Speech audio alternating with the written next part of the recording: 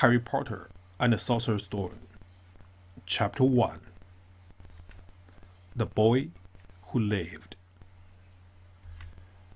Mr. and Mrs. Dursley of number 4, Private Drive, were proud to say that they were perfectly normal. Thank you very much. They were the last people you'd expect to be involved in anything strange or mysterious, because they just didn't hold with such nonsense.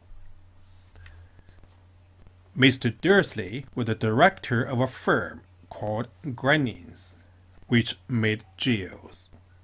He was a big, beefy man with hardly any neck, although he did have a very large moustache.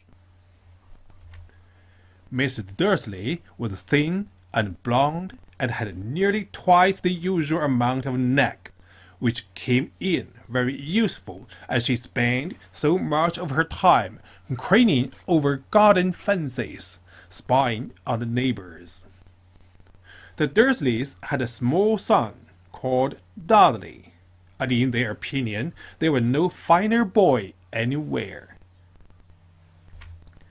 The Dursleys had everything they wanted, but they also had a secret, and their greatest fear was that somebody would discover it. They didn't think they could bear it if anyone found out about the Potters. Mrs. Potter was Mrs. Dursley's sister, but they hadn't met for several years. In fact, Mrs. Dursley pretended she didn't have a sister, because her sister and her good-for-nothing husband were as un-Dursleyish as it was possible to be. The Dursleys shuddered to think what the neighbors would say if the Potters arrived in the street. The Dursleys knew that the Potters had a small son too, but they had never even seen him. This boy was another good reason for keeping the Potters away.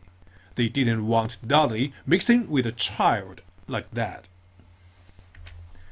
When Mr. and Mrs. Dursley woke up on the dull grey Tuesday, our story starts.